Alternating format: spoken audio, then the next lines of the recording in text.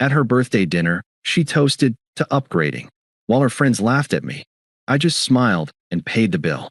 A year later, she's crying in my DMs because her upgrade cheated. Hey viewers, before we move on to the video, please make sure to subscribe to the channel and hit the like button if you want to see more stories like this. Thanks.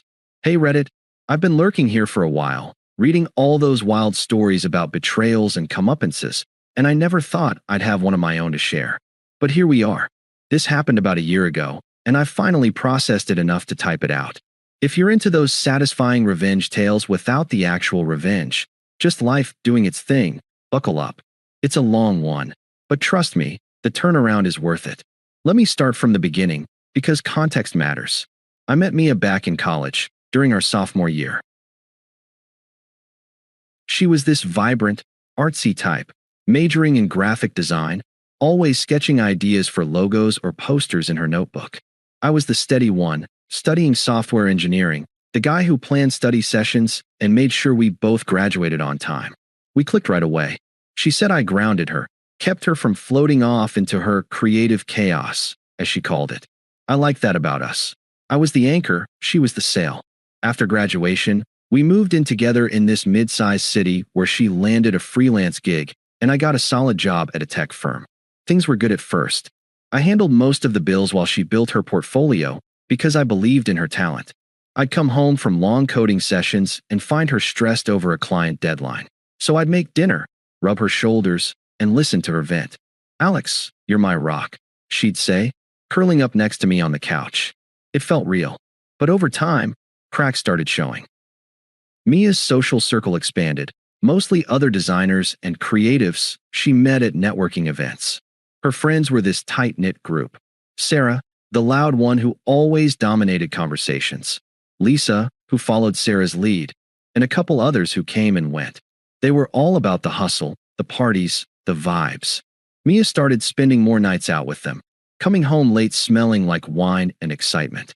I'd ask how her evening was, and she'd brush it off with, "Oh, just girl talk. You wouldn't get it. Too boring for your tech world." It stung, but I chalked it up to her needing space.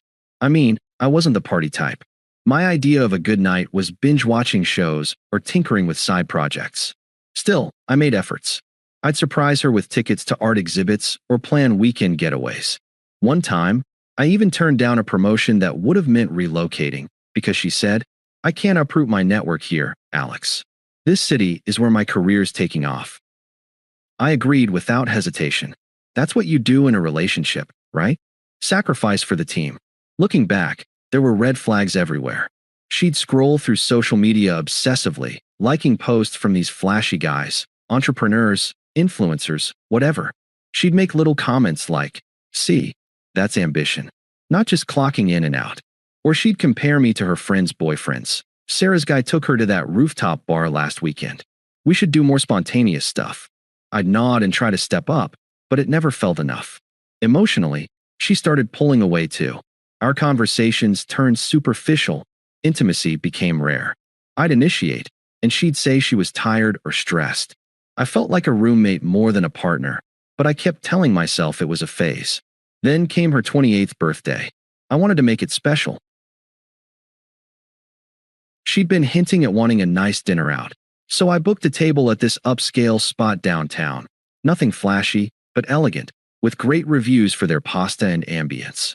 I invited her core friends, Sarah and Lisa, plus a couple others, thinking it'd make her happy. I even got her a custom necklace with a pendant shaped like her favorite sketch tool, a stylus, or something artsy. Cost me a chunk of my savings, but hey, she deserved it. The day of, I picked her up from work, blindfolded her for the surprise drive. She laughed at first, playing along. "Alex, you're such a sap," she teased, but there was an edge to it I ignored. We got to the restaurant, and her friends were already there, popping a bottle of bubbly. The table was set with balloons and a "Happy Birthday Mia" banner I'd arranged. Everyone cheered as we walked in. I felt good, like I'd nailed it. We ordered appetizers, and the conversation flowed, mostly about their latest projects, inside jokes I wasn't part of. I smiled and nodded, chiming in when I could. Mia seemed happy, glowing under the attention. Then, as the mains arrived, Sarah raised her glass for a toast. "To Mia, she said, the queen of upgrades. May this year bring even better things your way. Everyone clinked glasses, laughing. I joined in, but something felt off. Mia's eyes sparkled a bit too much, and she glanced at me with this weird mix of pity and smugness. Yeah, she added, holding her glass high. Till upgrading. Because life's too short for settling. Her friends burst out laughing again, harder this time. Lisa nudged Sarah, whispering something that made them giggle.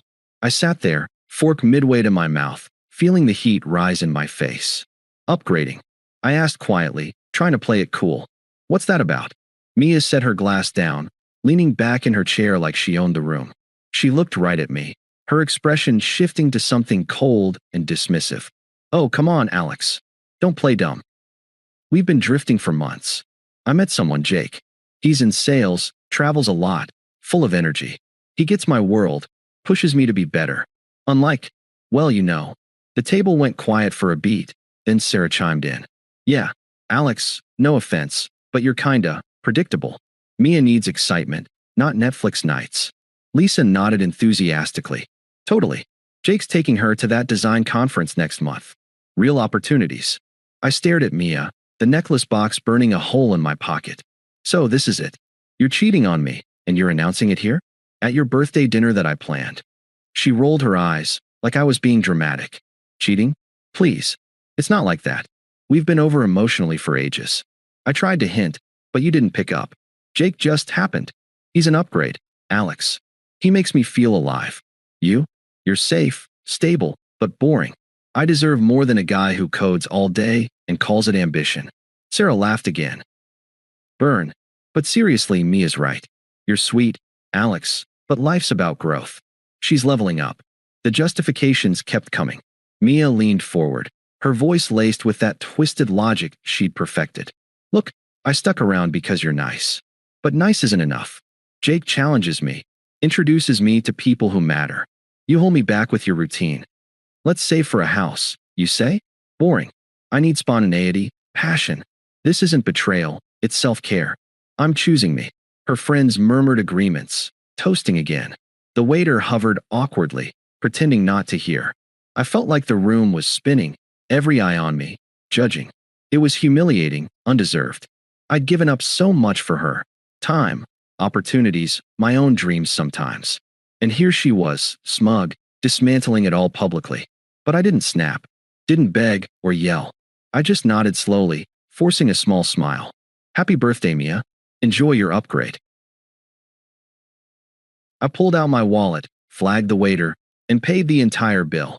Over $400, including the cake I'd pre-ordered. Then I stood up, coat in hand. Ladies, have a good night. And I walked out, leaving the necklace on the table unopened. The drive home was a blur. I kept replaying it. Her toast, their laughter, her excuses. Self-care? After I'd been her safety net? It hurt, deep in my gut, like everything we'd built was a joke.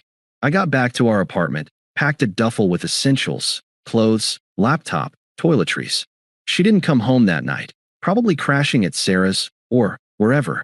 By morning, I'd loaded my car and left a note, keys on the counter. Take care. No drama, no accusations. I crashed at a buddy's place across town, turned off my phone, and let the silence sink in. For the next few weeks, I floated in this fog of confusion. Why me? What did I miss? I'd replay flashbacks in my head. That time I stayed up all night helping her with a crashed computer during her big project deadline. Or when she lost her job briefly, and I covered rent without a word. Sacrifices that felt meaningless now. I questioned everything. Was I really that boring? Did I deserve this public gut punch? I didn't confront her. Didn't text or call. Instead, I focused on logistics. I emailed about splitting the lease. She could keep the apartment since her name was on it too. I blocked her on social media temporarily, just to breathe. Work became my escape. I threw myself into projects, even took on that extra responsibility I'd avoided before. Slowly, the confusion lifted. I started hitting the gym, something I'd neglected. Joined a coding meetup group, made new friends. Therapy helped too. A few sessions to unpack the betrayal without turning bitter. Months passed. I moved into a small but nice place of my own, farther from the old neighborhood. Dated casually, nothing serious, but it reminded me I wasn't predictable to everyone. Life started feeling lighter, clearer. I wasn't the backup plan anymore. I was building for me. The hurt faded to a dull ache, then to nothing. I'd think about Mia less and less, until she was just a chapter closed. And that's when things started shifting for her. I didn't go looking for updates. Honestly, I was too busy rebuilding my own life. But word trickled in through mutual acquaintances, the kind who weren't deep in her circle but knew enough to fill me in casually. At first, it was small stuff. A friend from my coding group mentioned seeing Mia's social media posts, vague, cryptic ones about lessons learned and fake people. I shrugged it off. Not my circus anymore. Then, about 3 months after the dinner, I heard the real cracks forming. Jake, her so-called upgrade, wasn't the dream she painted. Turns out, he was a serial player in the sales world. Charming on the surface, but with a trail of exes who'd been burned. One of our old shared friends ran into Mia at a coffee shop and got the full vent session. Apparently, Jake had promised her the moon, trips to conferences, networking intros, the whole power couple vibe. But it unraveled fast. He started canceling plans, making excuses about work travel. Then came the bombshell. She caught him texting another woman, someone younger from his office. Classic cheater move. Mia confronted him, expecting some grand reconciliation or at least an apology. Instead, he laughed it off. "Babe, you're fun, but I'm not looking for serious. This was just upgrading my options." Sound familiar? She told our friend he packed his stuff from her place, our old apartment, I guess, and ghosted her completely. Blocked her everywhere. Left her with a pile of shared expenses from their adventures, hotel bills, event tickets, that she couldn't afford alone. Her freelance work suffered too. All that excitement distracted her. Clients dropped her for missed deadlines. She posted about it online, trying to spin it as creative burnout, but it read like desperation. Financially, she tanked, borrowing from friends, maxing cards. And those friends? The toxic squad that laughed at me? They bailed hard. Sarah, the ringleader, stopped inviting her out, claiming she was too negative. Lisa followed suit, ghosting texts. Mia became the drain they couldn't handle, venting endlessly about Jake without the fun party energy. One by one, they distanced themselves, leaving her isolated in that apartment she once called our stepping stone. I heard she even lost a big contract because of the drama. Showed up late to a meeting, disheveled and emotional. Her reputation in the design community took a hit. Whispers about her being unreliable. It was ironic, watching from afar. She'd toasted to upgrading, mocked my stability, and now she was unraveling without it. Broke, alone, scrolling through memories of better days. Karma didn't need my help. It just happened. Realistic, messy, and utterly deserved. By 6 months post-breakup, I'd unblocked her, not out of lingering care, but because ignoring notifications felt like effort. That's when the attempt started. At first, it was subtle. A DM slid in late one night. "Hey Alex, hope you're good. Been thinking about us lately. Miss our talks." I read it, felt nothing but mild amusement. No reply. A week later, another. "I know I messed up. Jake was a huge mistake. Can we chat?" "Just coffee." Still silence from me. That's when the desperation ramped up. Texts turned to calls, voicemails piling up. The first one was weepy. "Alex, please pick up. I feel so alone. My friends aren't there for me anymore. Remember how you always listened? I need that now." Her tone shifted in the next. "Why are you ignoring me? After everything we had? This is cruel. I thought you were better than this." Cruel? Coming from the woman who humiliated me publicly. I almost laughed. Then her family got involved. Toxic as ever. Her sister, who I'd met a handful of times, messaged me on social. "Mia's going through hell. You owe her a conversation at least. Don't be a jerk about it." "Owe her?" That one got a quick block. Her mom called from an unknown number, voice dripping with unpleasant judgment. "Alexander, this is Mia's mother. She's devastated. Whatever happened, family's family. You should man up and talk to her. She's sorry, you know." I hung up mid-sentence. No obligation there. Mia's attempts escalated. She showed up at my old work building one afternoon. I'd mentioned the address once. Security buzzed me, and I peeked from the lobby. There she was, eyes red, hair a mess. "Alex," she called as I approached cautiously. "Please, just 5 minutes." I kept my distance, voice even. Mia, this isn't a good time. But I need to explain, she pleaded, voice cracking. Jake used me. Cheated. Left me with nothing. My friends ditched me. They were never real. I see now what I had with you. Stability, kindness. I was stupid, chasing excitement. Can we try again? I'll change. Her words dripped with hypocrisy, echoing the same logic she'd twisted against me. But desperation turned to anger when I shook my head. You don't get it, she snapped. You're acting like I meant nothing. After I gave you years. This is petty. Petty. From the queen of public toasts. I just said, take care, Mia, and walked back inside. She banged on the glass once, yelling something incoherent, before storming off. The calls after that were furious. Fine. Ignore me. You'll regret this when you're alone forever. But I wasn't. And her rage just showed her true colors, entitled, unrepentant beneath the tears.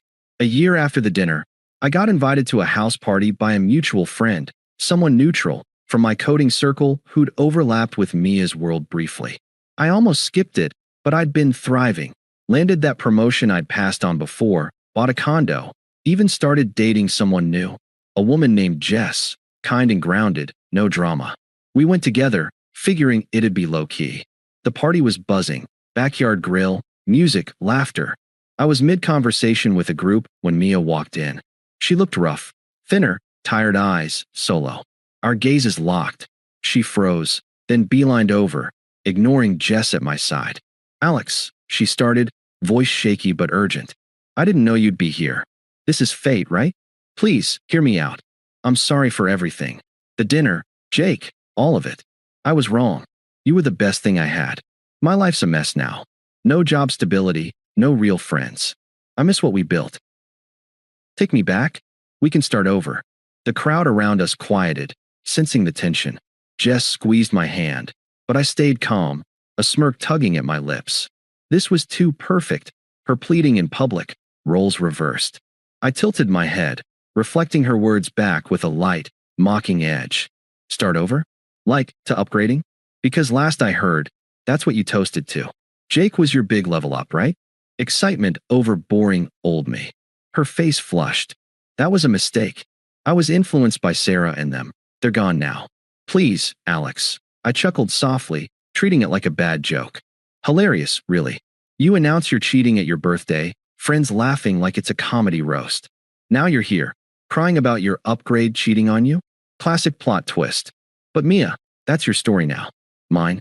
I've upgraded too, without the drama.